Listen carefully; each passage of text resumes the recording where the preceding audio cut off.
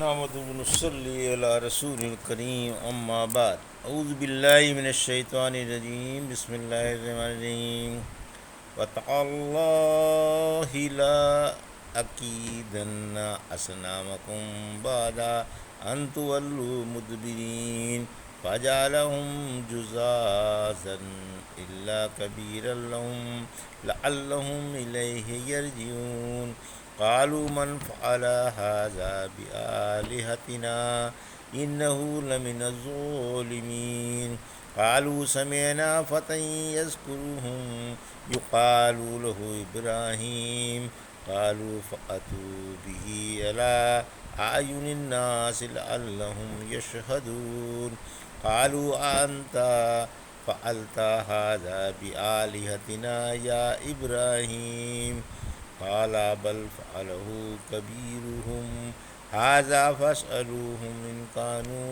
ينطقون فرجعوا إلى أنفسهم فقالوا إنكم أنتم الظالمون ثم نكسوا على رؤوسهم لقد علمت ما هؤلاء ينطقون قال فتعبدون من دون الله ما لا ينفعكم شيئا ولا يضركم أف لكم ولما تعبدون من دون الله أفلا تعقلون۔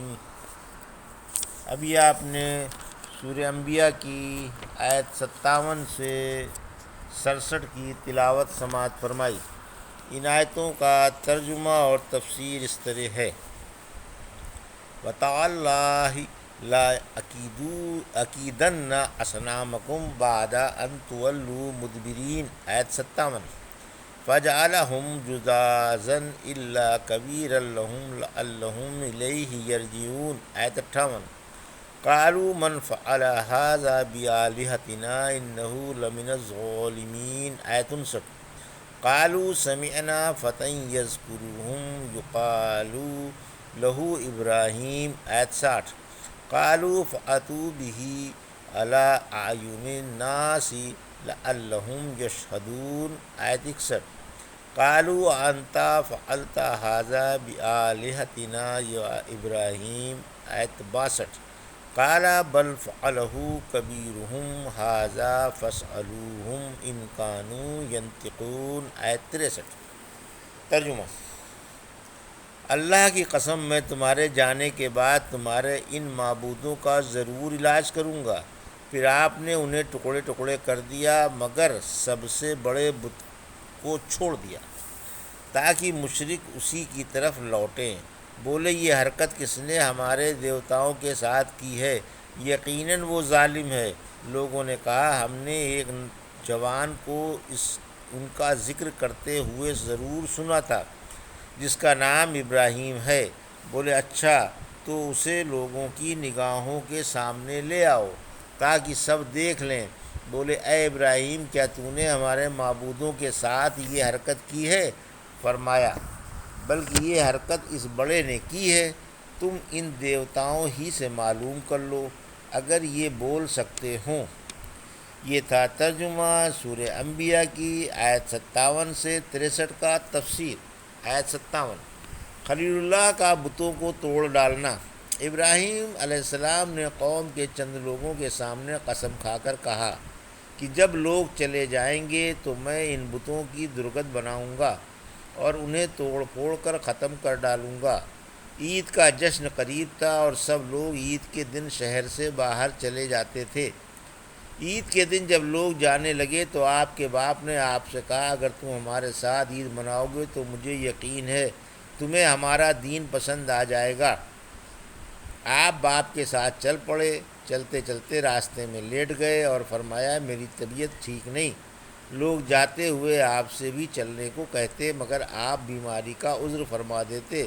جب تمام شہر میدان میں نکل گیا اور اپاہج و معذور رہ گئے تو آپ نے ان کے سامنے قسم کھا کر فرمایا کہ میں ان مورتیوں کی درگت بناؤں گا۔ انہوں نے آپ کی بات سن لی۔ پھر ایک دن آپ نے سب بت توڑ ڈالے، بس ایک سب سے بڑا بت چھوڑ دیا۔ قرآن نے دوسری جگہ فرمایا ہے سورہ صافات کی آیت 13 میں پھر آپ ان پر ٹوٹ پڑے اور مارنے لگے، کہتے ہیں کہ آپ نے کلاڑی بڑے بت کے ہاتھ میں پکڑا دی تاکہ لوگوں کو معلوم ہو کہ اس نے شرکت کی غیرت میں آ کر ان تمام بتوں کو توڑ ڈالا ہے۔ آیت 59، بت ٹوٹے ہوئے دیکھ کر لوگ خوب چراغپا ہوئے۔ جب لوگ عید منا کر گھر واپس آئے تو دیوتاؤں کی توہین دیکھ کر بڑے چراغپا ہوئے۔ نادان یہ نہ سمجھ سکے کہ اگر یہ معبود ہوتے تو انہیں کوئی توڑ سکتا تھا۔ کہنے لگے کہ یہ کام جس نے بھی کیا وہ بڑا ظالم ہے، آخر کس نے ایسی جسارت کی۔ آیت 60، راز کھل گیا۔ جنہوں نے خلیل اللہ کو بتوں کے توڑ ڈالنے پر قسمیں کھاتے ہوئے سنا تھا، انہوں نے کہا کہ ہم نے ایک نوجوان شخص کو جس کا نام ابراہیم ہے ان بتوں کا ذکر کرتے ہوئے سنا تھا۔ آیت 61، خوش قسمتی سے عام اجتماع میں تقریر کا موقع ہاتھ آ گیا۔ لوگوں نے کہا کہ اسے بھرے مجمع میں منظر عام پر لے آؤ تاکہ سب لوگ دیکھ لیں۔ ابراہیم علیہ السلام کا سب سے بڑا مقصد یہی تھا کہ آپ ایک بڑے مجمع میں لوگوں کی جہالت و نادانی کا بیان فرمائیں کہ ایسوں کو معبود بنانا جو اپنی بھی مدد نہ کر سکیں اور اپنی مصیبت کو رفع نہ کر سکیں عقل کی کوتاہی نہیں تو اور کیا ہے۔ پھر بھلا ایسوں سے نفع نقصان کی امید رکھنا کتنی کم عقلی اور بیوقوفی کی بات ہے۔ الحمدللہ آپ کا یہ مقصد بلا کسی محنت کے حاصل ہو گیا اور آپ کو ایک بڑے اجتماع میں شرک و بت پرستی کی ترویج پر بولنے کا موقع ہاتھ آ گیا۔ آیت 62، لوگوں نے آپ سے پوچھا کہ یہ کرتوت آپ ہی کے ہیں؟ فرمایا ان میں جو سب سے بڑا ہے اسی نے یہ حرکت کی ہوگی، اگر یہ بولتے ہوں تو ان سے پوچھ لو۔ آیت 63، اس سے آپ کا مقصد یہ تھا کہ لوگ خود ہی اقرار کر لیں کہ یہ تو جمادات ہیں، بول نہیں سکتے اور نہ ان سے ایسا فعل سرزد ہو سکتا ہے۔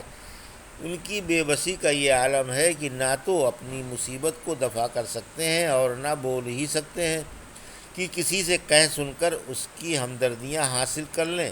پھر یہ کیسے معبود؟ ابراہیم علیہ السلام نے ان 3 موقعوں کے علاوہ کبھی جھوٹ کے روپ میں بات نہیں کی۔ 2 سچی باتیں جو جھوٹ کے روپ میں تھیں تو اللہ کی راہ میں بولیں کہ یہ حرکت بڑے نے کی ہوگی اور میں بیمار ہوں۔ ایک دفعہ آپ ایک ظالم بادشاہ کے علاقے سے گزر رہے تھے، آپ کے ساتھ آپ کی اہلیہ سارہ بھی تھیں۔ کسی منزل پر ٹھہر گئے، سارہ کا حسن و جمال اپنی مثال آپ تھا۔ کسی نے اس ظالم بادشاہ کو بھی خبر کر دی کہ آج فلاں جگہ ایک پردیسی ٹھہرا ہوا ہے، اس کے ساتھ ایک عورت ہے جو حسن و جمال کا مرقع ہے۔ بادشاہ نے آپ کو بلا بھیجا، تشریف لے گئے۔ پوچھا یہ عورت تمہاری کون ہے؟ فرمایا میری ہمشیرہ ہے۔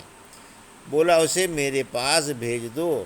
آپ بادل نخواستہ سارہ کے پاس پہنچے اور فرمایا کہ اس ظالم بادشاہ نے تمہارے بارے میں مجھ سے پوچھا کہ تم سے میرا کیا رشتہ ہے۔ میں نے تم کو اپنی ہمشیرہ بتا دیا ہے، تم بھی یہی بتانا، ایسا نہ ہو کہ میں جھوٹا پڑ جاؤں اور تم ہو بھی میری ہمشیرہ، کیونکہ اللہ کے دین کی روح سے تم میری بہن ہی ہو۔ دنیا میں میرے اور تمہارے سوا کوئی اور مسلمان ہے ہی نہیں، سو تم اسلامی بہن ہو۔ چنانچہ آپ سارہ کو اس کے پاس لے گئے اور انہیں بادشاہ کے پاس چھوڑ کر نماز پڑھنے کھڑے ہو گئے۔ جب سارہ شاہی محل میں داخل ہو گئیں تو اس بدبخت نے بد ارادے سے آپ کی طرف اپنا ہاتھ بڑھایا، فوراً اس کا ہاتھ سن ہو کر رہ گیا، جس سے اس کو سخت تکلیف ہوئی۔ کہنے لگا میرے لیے اللہ سے دعا کر دے، میں تجھے کچھ نہیں کہوں گا۔ آپ کو اس کی بے بسی پر ترس آ گیا اور اللہ سے دعا کر دی، اس کا ہاتھ اچھا ہو گیا۔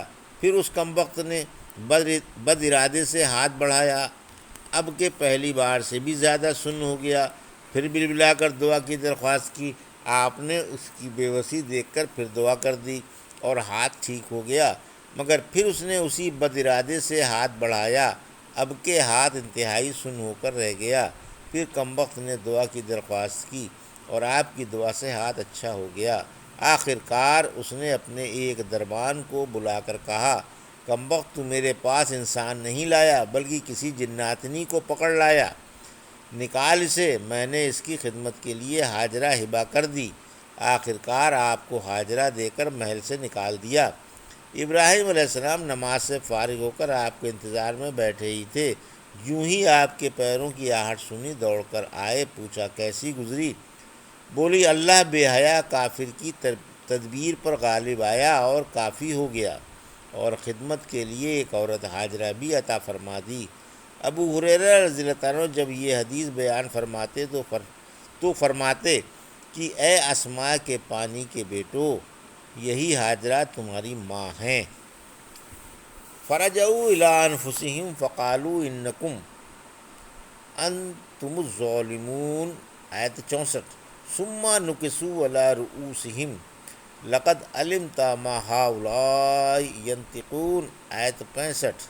قال افتعبدون من دون اللہ ما لا ینفعکم شیئا ولا یضرکم، آیت 66۔ اف لکم ولما تعبدون من دون اللہ افلا تعقلون، آیت 67۔ ترجمہ: پھر ان لوگوں نے دل ہی دل میں سوچا اور کہا کہ واقعی تم ہی غلطی پر ہو، پھر سر جھکا کر کہا کہ تمہیں خوب معلوم ہے کہ ان میں بات کرنے کی صلاحیت ہی نہیں۔ فرمایا پھر کیا تم اللہ کو چھوڑ کر ایسوں کی پرستش کرتے ہو جو تم کو ذرا بھی فائدہ یا نقصان نہ پہنچا سکیں؟ تف ہے تم پر اور تمہارے معبودوں پر جو اللہ کے علاوہ ہیں، کیا تم میں اتنی سی بھی عقل نہیں؟ یہ تھا ترجمہ آیت 64 سے 67 کا۔ تفسیر: خلیل اللہ کی بے باکانہ اور مؤثر تقریر۔ آیت 64۔ خلیل اللہ کی سناٹا پیدا کرنے والی تقریر سن کر قوم نے غور کیا اور سوچا کہ غلطی تو ہماری ہی ہے کہ ہم اپنے دیوتاؤں کی حفاظت کا کوئی انتظام کر کے نہیں گئے، اور یہ اندوہناک نتیجہ دیکھنا پڑا۔ آیت 65-66۔ مشرکوں کا اقرار کہ بت جمادات ہیں، سر جھکا کر بولے کہ تو جو کہتا ہے کہ ہم ان معبودوں سے اصل واقعہ پوچھ لیں تو کیا تجھے یہ معلوم نہیں کہ یہ جمادات ہیں، اور بولتے نہیں؟ کمال حیرت و استعجاب سے انہیں یہ کہنا پڑا۔ خلیل اللہ کو تو انہی کی زبان سے یہی بات اگلوانی تھی۔ جب انہوں نے بتوں کے جمادات ہونے کا اور نہ بولنے کا اقرار کر لیا تو آپ نے فرمایا، آیت 67، تف ہے تم پر اس کھلے کفر پر غور کرو۔ جب یہ جمادات ہیں اور بول بھی نہیں سکتے تو تم اللہ کو چھوڑ کر کیوں ان کی پرستش کرتے ہو؟ کیا تم اپنی گمراہی پر اور اس کھلے کفر پر غور نہیں کرتے جس کو صرف جاہل و ظالم اور بے دین ہی مان سکتا ہے؟ اس بیان سے آپ نے انہیں قائل کر دیا۔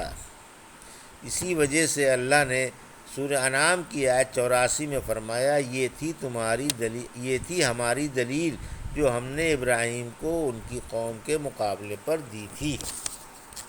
یہ تھا سورہ انبیاء کی آیت 57 سے 67 کا ترجمہ اور تفسیر جو ابھی آپ نے سماعت فرمائی۔